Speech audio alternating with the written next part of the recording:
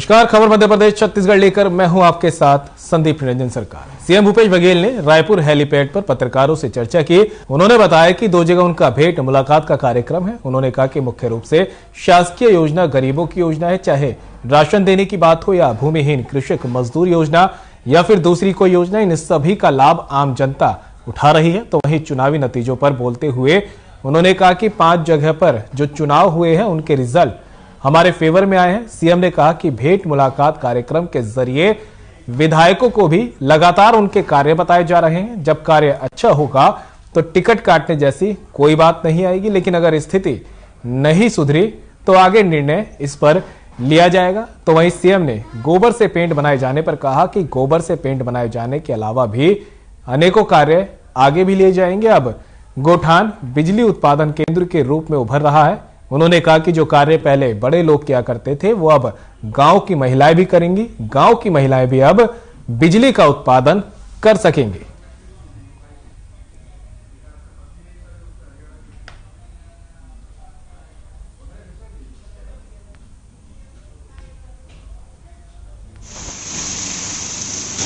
देखिए, मुख्य रूप से बात यह है कि जो शासकीय योजना है, चाहे गरीबों को राशन देने की बात हो, चाहे भूमि श्रमिक न्याय योजना, गोधन न्याय योजना और राजीव गांधी किसान न्याय योजना, धान खरीदी, लघु उपज खरीदी, ये सब चल रहे हैं। और इस जो शासन की योजनाओं का लाभ आम जनता इसे उठा रही है।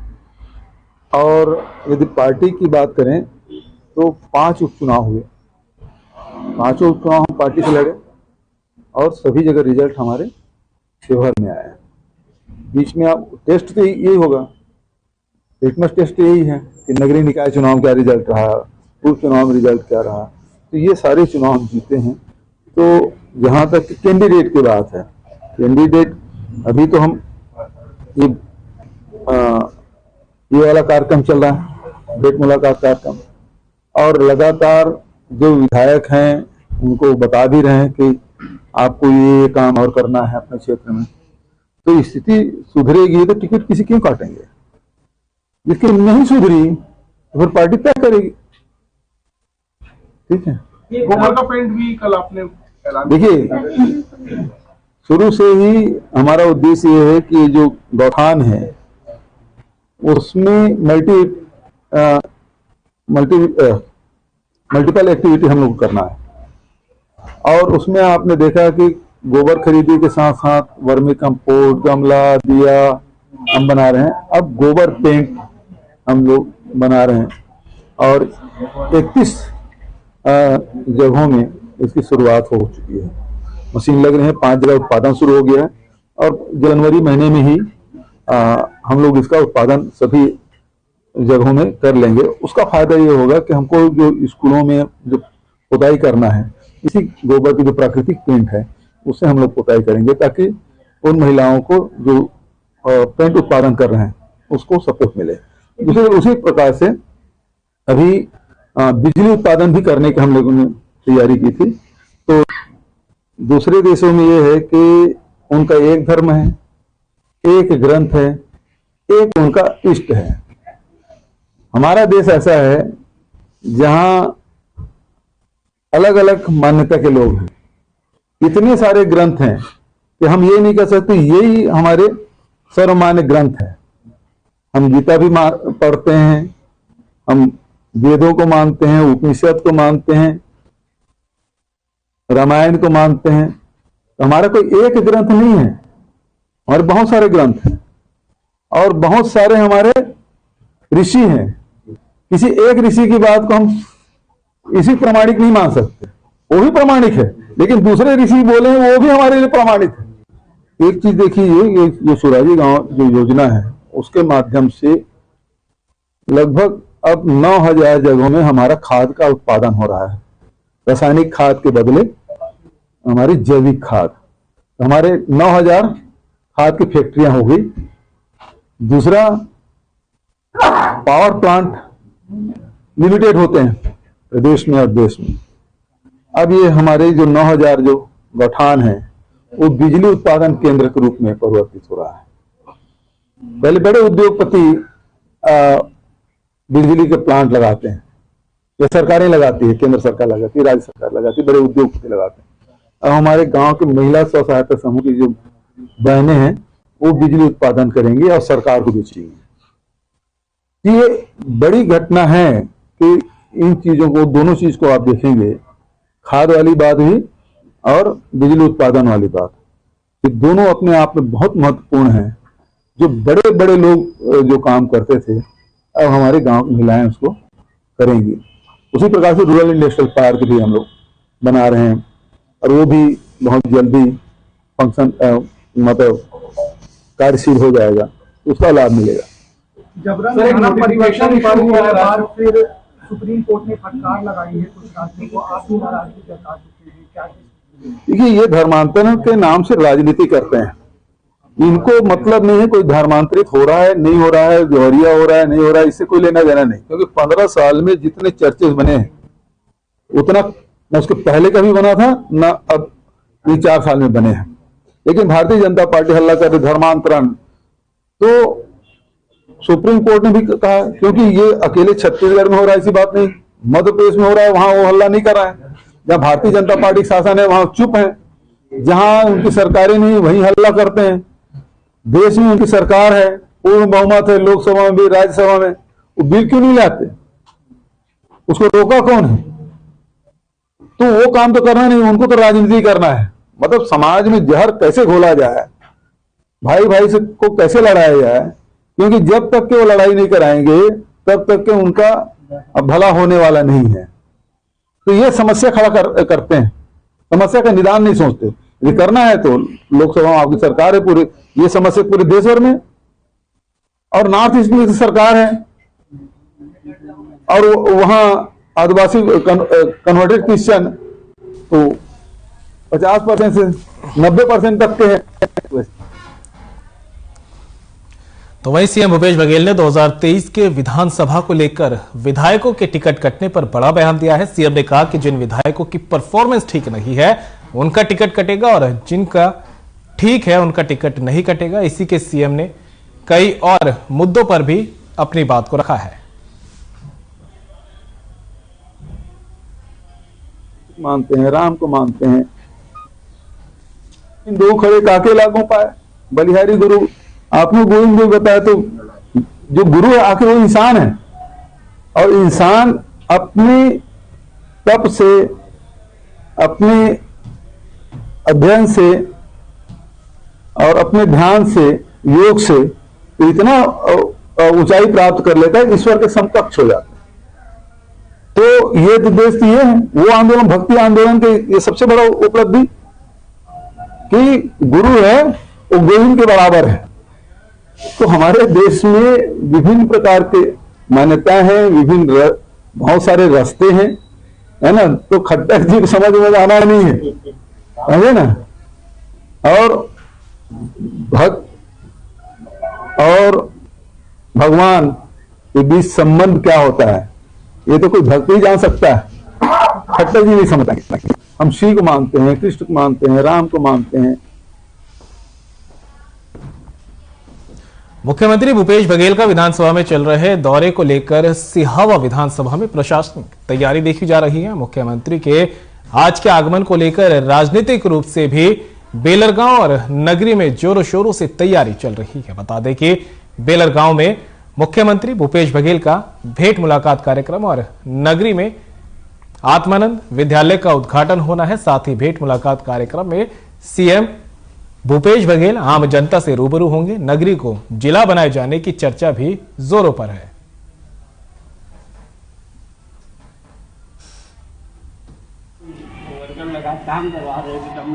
आदिवासी कांग्रेस, अल्पसंख्यक प्रकोष्ठ, सारे प्रकोष्ठ के पदाधिकारियों का एक बार विधायक जी को सबको निर्देश जारी किए हैं और उनके तरफ से पूरे संगठन में तैयारियां चल रही हैं।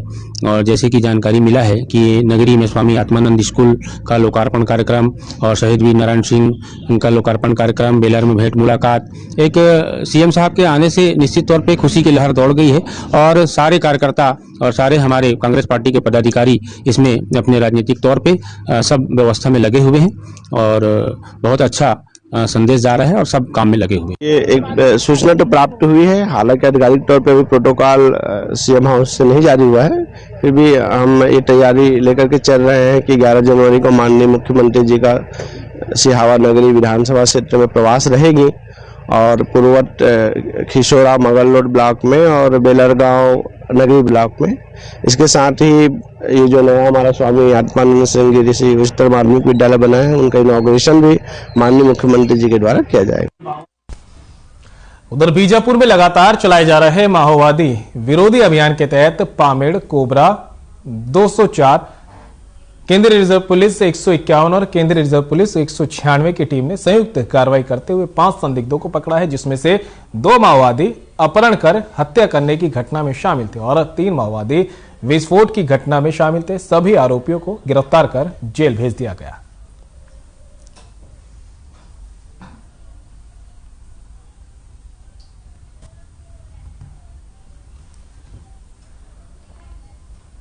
खबर छोरिया के डुमरडी गांव से है, जहां थल सेना के रिटायर्ड जवान कृष्ण कुमार साहू के आगमन पर उनका भव्य स्वागत किया गया। आपको बता दें कि जैसे ही थल सेना जवान ने अपने गांव में कदम रखा, वैसे ही गाजे बाजे के साथ गांव के लोगों ने उनका स्वागत किया।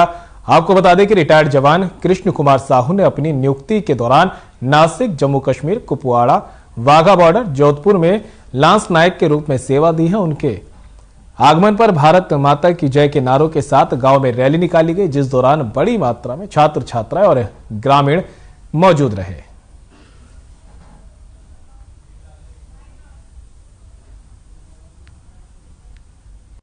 मैं गांव के युवाओं को और सभी पूरे राज्य के निवासियों को सभी को बोलना चाहता हूं कि सेना में भर्ती होने के लिए जाइए, उसमें सेवा दीजिए अपना, तभी आपको क्या है बाहर की दुनिया के बारे में पता लगेगा। जिम्मेवारी समझिए अपना घर का और परिवार का, उसके हिसाब से आप उसमें तैयारी कीजिए अच्छे से। आप अच्छे से तैयारी करोगे तभी आपका हो पाएगा उसमें सेना में सिलेक्शन। उसके लिए कंटिन्यू मेहनत की आवश्यकता है आप लोगों को, बहुत ही ज़्यादा, और जुनूनियत होना चाहिए सबसे ज़्यादा। ये आज तो बहुत खुशी की बात है कि 17 साल सेवा, देश की सेवा करने के बाद में जो हमारे बीच में कृष्णा जी पहुंचे हैं, तो गांव में बहुत ही खुशी का माहौल है। सभी लोग बहुत उत्साहित हैं, सब लोग नाच गाना से, ऐतिहासिक अपने अपने मर्जी से। इस तरह से किसी वीर जवान जब अपनी सेवा देकर, अपने वतन में सेवा करके, बॉर्डर में सेवा करके जब अपने ग्राम पहुंचते हैं, तो उनका कितना जोरदार भव्य स्वागत किया जा रहा है, इससे शायद अंदाजा लगाया जा सकता है। मैं कैमरामैन संजय कुमार सिन्हा के साथ साधना न्यूज, जी छत्तीसगढ़, मध्य प्रदेश। कांकेर के घोटिया गांव के बुजुर्ग व्यक्ति के अंधे कत्ल की गुत्थी पुलिस ने सुलझा ली है। कलयुगी बेटे ने ही बाप की हत्या कर शव को रस्सी से पेड़ में टांग दिया था। हत्या के 4 आरोपियों को पुलिस ने गिरफ्तार कर लिया है।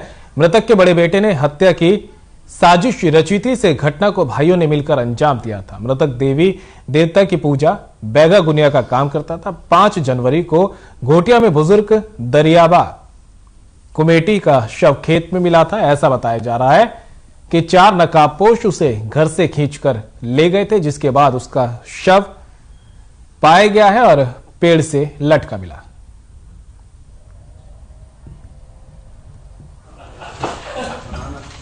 और क्योंकि अज्ञात आरोपी थे, 4 नकाबपोश थे जिनको घर वाले भी नहीं पहचान रहे थे, तो वहीं पे हमारी टीम लगातार कैंप करके अपने मुखबिरों को और गांव के सोर्सेज से बातचीत कर रही थी और जानकारी इकट्ठा करने का प्रयास कर रही थी। इसी तारतम्य में जो मृतक का बड़ा पुत्र है तुरसेन कुमेटी, उससे जब पूछताछ 2-3 बार किया गया तो बार बार उसने अपना जो बयान है वो बदला, जिससे उसके ऊपर शक हुआ और थोड़ी कड़ाई से पूछताछ करने पर उसने ये बात कबूल कर ली कि उसके पिता की हत्या उसने, उसके छोटे भाई ने और बाकी 2 अन्य लोगों ने, यानी 4 लोगों ने मिलकर के की है।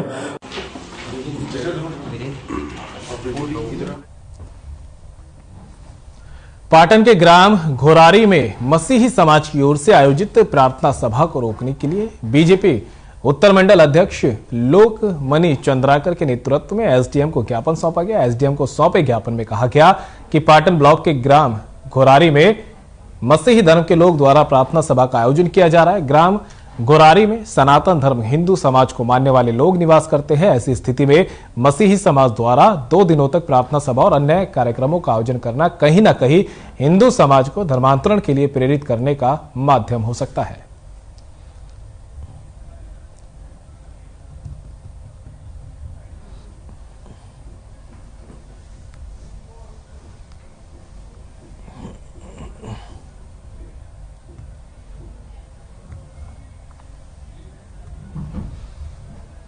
बीजापुर के भैरमगढ़ ब्लॉक में स्वास्थ्य जागरूकता और उपचार के लिए स्वयंसेवक ग्रामीणों के बीच जागरूकता लाने के उद्देश्य से बीजादुतीर प्रयासरत है। लोगों को मुफ्त चिकित्सा सलाह, दवाइयां देना जैसे काम स्वास्थ्य विभाग के साथ स्वयंसेवक लगातार कर रहे हैं। स्वयंसेवक सुनिश्चित करते हैं कि लोगों को सही समय पर स्वास्थ्य सेवा मिल सके और एक छोटी सी स्वास्थ्य समस्या के गंभीर होने से पहले ही डॉक्टर को दिखाए, इसकी सलाह देते हैं। स्वयंसेवक बीमारी के शुरुआती चरणों में ही स्वास्थ्य परीक्षण कर रहे हैं और किसी भी नुकसान का कारण बनने से पहले जीवन बचाने में मदद कर रहे हैं। लोगों को समझाने का प्रयास लगातार किया जा रहा है कि शरीर स्वस्थ और निरोगी तभी रह सकता है जब व्यक्ति को सही तरह की स्वास्थ्य जांच और उपचार मिल सके।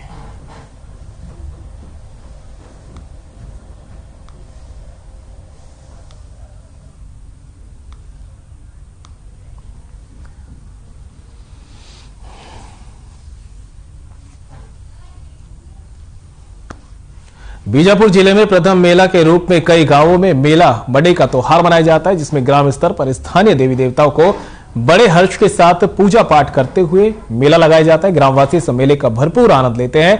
इसी तरह बीजापुर की ग्राम पंचायत तोयनार में बड़े धूमधाम से मड़ई का त्योहार मनाया गया। इस मेले में बढ़ चढ़कर श्रद्धालुओं का तांता लगा हुआ था। मेले में बच्चों के मनोरंजन के लिए गुब्बारे, मिठाइयों की दुकान भी लगाई गई।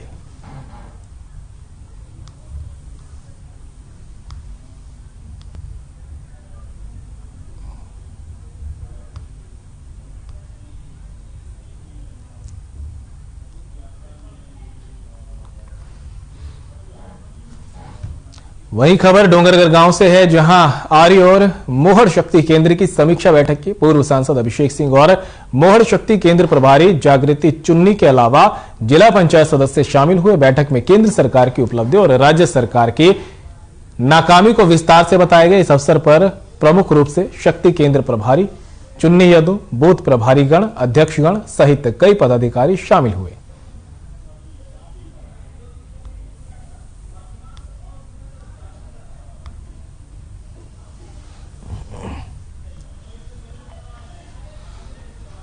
कवर्धा में एनएसयूआई ने केंद्रीय गृह मंत्री अमित शाह का पुतला फूका। कबीरधाम जिले के सभी मुख्यालयों में ये पुतला दहन किया गया।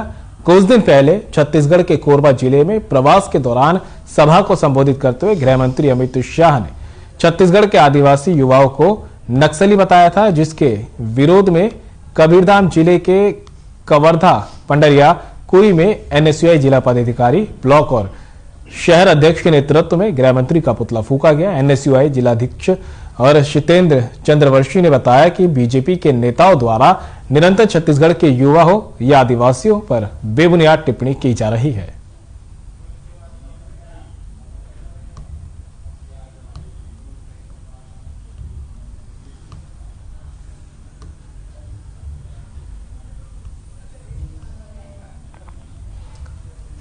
खबर रायपुर से है, जहां अवैध चौपाटी निर्माण के विरोध में बीजेपी 8 दिनों से अनिश्चितकालीन धरने पर बैठे। आपको बता दें कि मामले को लेकर पूर्व मंत्री राजेश मूणत, सांसद सुनील सोनी और सरोज पांडे बीजेपी पार्षद दल आज दिल्ली के लिए रवाना हो गए हैं। सभी नेता मिलकर केंद्रीय मंत्री हरदीप पुरी से मुलाकात करेंगे।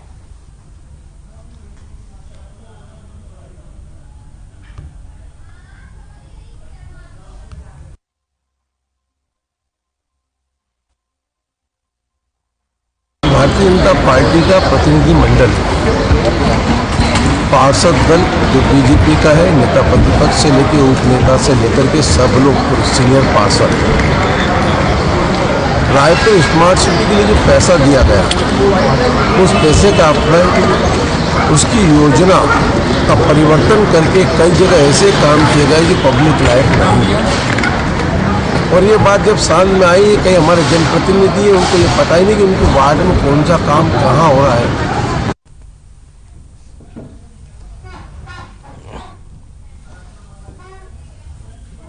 चौपाटी में बचाव शैक्षणिक संस्थान के बैनर तले बीजेपी अनिश्चितकालीन धरना प्रदर्शन कर रही है। आज मशाल जुलूस निकालकर राज्य सरकार के खिलाफ जमकर नारेबाजी की गई।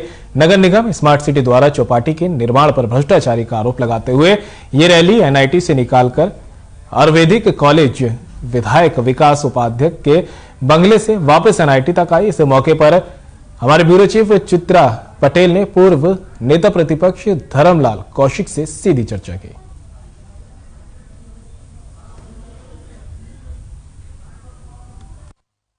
साल जुलूस से यहाँ पर निकाली गई है। अवैध चौपाटी को नगर निगम के द्वारा बनाई जा रही है। कानून को साथ में रख करके अवैधानिक कृत्य किया जा रहा है, इसके विरोध में ये मशाल जुलूस है। और इसके साथ ही साथ में कोर्ट में मामला भी लंबित है और हमारे जो नगरीय प्रधानमंत्री हमारे केंद्र के जो मंत्री हैं उनको भी अवगत कराया जाएगा और संपूर्ण कार्यों को जांच। रायपुर में जिला योजना समिति और विकास कार्यों की समीक्षा बैठक हुई। बैठक में महत्वपूर्ण विषयों पर चर्चा हुई। इसके साथ ही शासन के कार्यों की भी समीक्षा की गई, जिसे मंत्री रविंद्र चौबे ने विभिन्न बिंदुओं पर विचार रखे और जहां पर अच्छे कार्य हुए हैं उसकी सराहना की। 21 जनवरी को छत्तीसगढ़ में पहली बार अंतर्राष्ट्रीय क्रिकेट मैच होने जा रहा है। इसको लेकर रायपुर कलेक्टर ने कहा कि छत्तीसगढ़ में पहला वनडे मैच होने जा रहा है और तैयारी इसकी जारी है। टिकट 12 तारीख से ऑनलाइन उपलब्ध हो जाएंगी। खिलाड़ियों की सुरक्षा व्यवस्था पर पूरा ध्यान भी दिया जा रहा है। रायपुर जिले में पूरी सुविधा उपलब्ध है और जितने भी खिलाड़ी आएंगे उनके लिए विशेष तैयारी है। वहीं नरवा गरवा घुरवा बाड़ी को लेकर रायपुर कलेक्टर ने कहा कि समीक्षा बैठक में गोठानों की संख्या के बारे में बात हुई। बहुत सारे गोठान हैं छत्तीसगढ़ में जहां गोबर का क्रय किया जा रहा है, जिसके बारे में प्रभारी मंत्री रविंद्र चौबे ने समीक्षा बैठक ली।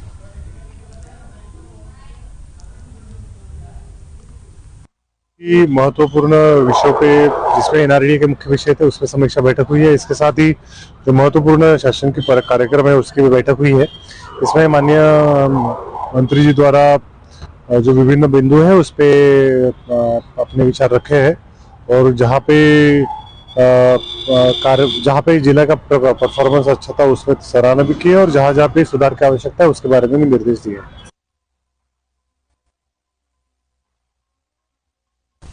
खबर बीजापुर से है, जहां कलेक्टर राजेंद्र कुमार कटारा ने गणतंत्र दिवस के अवसर पर मुख्य समारोह की तैयारी के लिए व्यापक समीक्षा बैठक ली है। आपको बता दें कि मुख्य समारोह बीजापुर के मिनी स्टेडियम में आयोजित होगा। आयोजन के सफलतापूर्वक संचालन के लिए अधिकारियों को जिम्मेदारी सौंपी गई है। आपको बता दें कि इस बारे के गणतंत्र दिवस के मौके पर कई विभाग झांकी का प्रदर्शन करेंगे, साथ ही कई सांस्कृतिक कार्यक्रम भी आयोजित होंगे।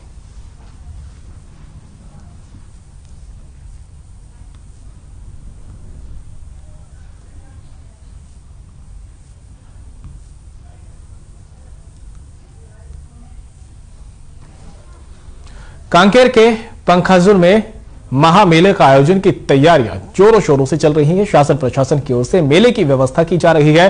समिति और आश्रम के स्वामी समेत सभी पदाधिकारियों की ओर से व्यवस्था को सुचारू किया जा रहा है। मेले में किसी प्रकार की कोई बाधा उत्पन्न ना हो, इसके लिए रणनीति भी तैयार की गई है। नारायण सेवा आश्रम संघ की स्थापना स्वामी सत्यानंद ब्रह्मचारी जी की अगुवाई में की जाती है।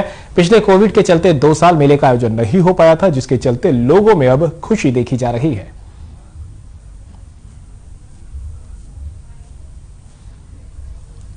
ना आए तो शासन प्रशासन भी हमारे साथ कमेटी के साथ कंधे से कंधे मिलाकर काम करते हैं। दूसरा, इस मेला का सबसे बड़ा जो खासियत है, जो आपको कहीं पे भी मेला में नहीं मिलेगा, वो है कि 15 तारीख को जैसे हमारे यहाँ का मेला उद्घाटन होगा, उस 15 तारीख से 22 तारीख तक के जो मेला प्रोग्राम है, हर नाइट को जो बाहर से लोग आते हैं उनको रहने के लिए, रुकने के लिए, खाने की, रहने की सारी व्यवस्था हमारे मेला समिति की ओर से की जाती है। दूसरी ओर पूरे लंगर खाना मेला जब तक चालू रहेगा, हर जनता के लिए, हर पब्लिक के निःशुल्क लंगर खाना चालू रहेगा।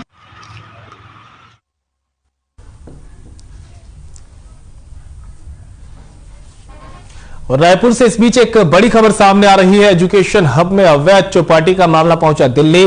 रायपुर स्मार्ट सिटी प्रोजेक्ट में भ्रष्टाचार की शिकायत बीजेपी करेगी केंद्र सरकार से शिकायत। पूर्व मंत्री राजेश मूणत, सांसद सरोज पांडे जाएंगे दिल्ली। सुनील सोनी भी जाएंगे दिल्ली। रायपुर शहर के सभी बीजेपी पार्षद भी जाएंगे दिल्ली। केंद्रीय मंत्री हरदीप पुरी से करेंगे मुलाकात।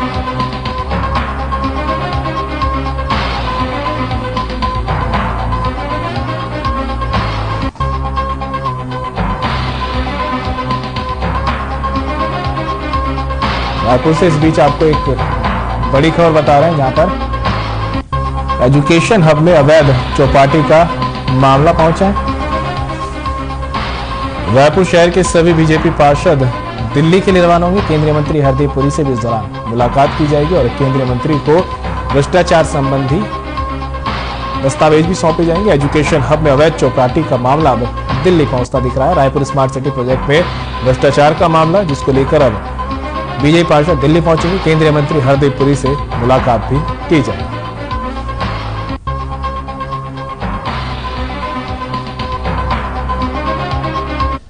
पूरे पार्टी नेता प्रद्युम्न चौबे से लेकर सबके साथ हम कल जाकर के केंद्रीय मंत्री माननीय पुरी जी के साथ मेरी मुलाकात है और वहाँ जाकर के हम लोग पूरे दस्तावेज के साथ में बताएंगे कि राजधानी में जो आपने प्रधानमंत्री जी के कहने पर जो पैसा स्मार्ट सिटी का आया, इसका जो दुरुपयोग कर रहे हैं, इसके उदाहरण आपके सामने प्रस्तुत कर रहे हैं। ये पैसे का अपना रोके और इसको सही दिशा में पैसा लगे और राजधानी का निर्माण सही दिशा में हो, इस बात को लेकर कल हम एक प्रतिनिधिमंडल दिल्ली में जाकर के नगरीय प्रशासन विभाग के मंत्री माननीय पुरी जी से मुलाकात करेंगे।